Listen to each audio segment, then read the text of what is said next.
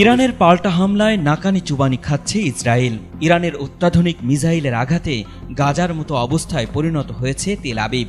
ইসরায়েলের আয়রন ডোম ধ্বংস হয়ে যাওয়ার পর ইরানের হামলার ভয়ে বাংকারে লুকিয়ে থাকছে ইসরায়েলের অসংখ্য মানুষ।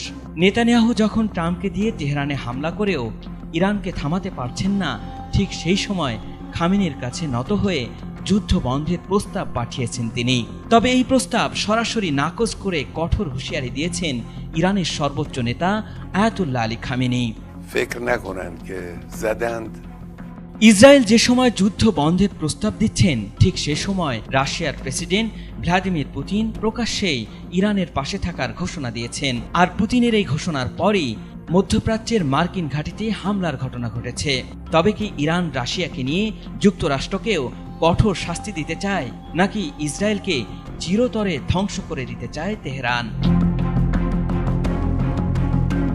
মার্কিন সংবাদ মাধ্যম ওয়াল স্ট্রিট জার্নালের এক প্রতিবেদনে বলা হয়েছে, যুক্তরাষ্ট্রের সহায়তায় ইরানের পারমাণবিক স্থাপনায় ব্যাপক হামলার পর তেহরানের সঙ্গে চলমান সংঘাত দ্রুত শেষ করতে চায় ইসরায়েল।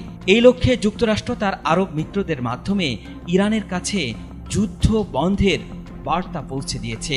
এই প্রতিবেদনে আরব ও ইসরায়েলি কর্মকর্তাদের বরাতে বলা হয়েছে, ইসরায়েল চায় সংঘাত দ্রুত শেষ হোক, তবে সেই সিদ্ধান্ত এখন ইরানের ওপর নির্ভর করছে।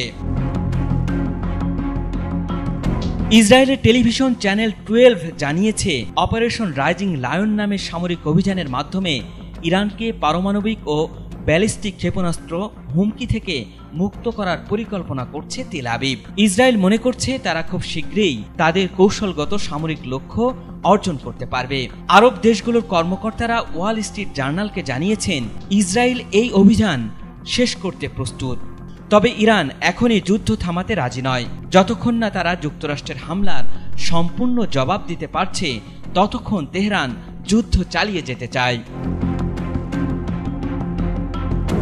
একজন ইসরায়েলি কর্মকর্তা টাইমস অফ ইসরায়েলকে জানিয়েছেন, যদি ইরান তার পারমাণবিক কর্মসূচি থেকে সরে আসে এবং যদি যুদ্ধ বন্ধের একটি চুক্তি হয়, তাহলে আমরা এই অভিযানের ফলাফলে সন্তুষ্ট থাকব।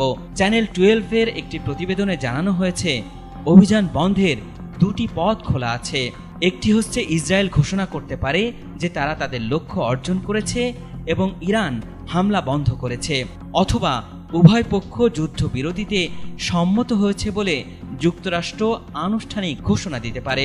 তবে ইসরায়েলি একটি সংবাদ মাধ্যম বলছে, যুদ্ধ থামানোর পথে প্রধান বাধা হচ্ছেন ইরানের সর্বোচ্চ নেতা আয়াতুল্লাহ আলী খামেনি। তিনি এখনও প্রতিরোধের নীতিতে অনড় রয়েছেন, আর সে কারণে যুদ্ধবিরতির প্রস্তাব দিয়ে কোনো ফল পাচ্ছে না নেতানিয়াহু। আল ইমরান, এটিএন বাংলা।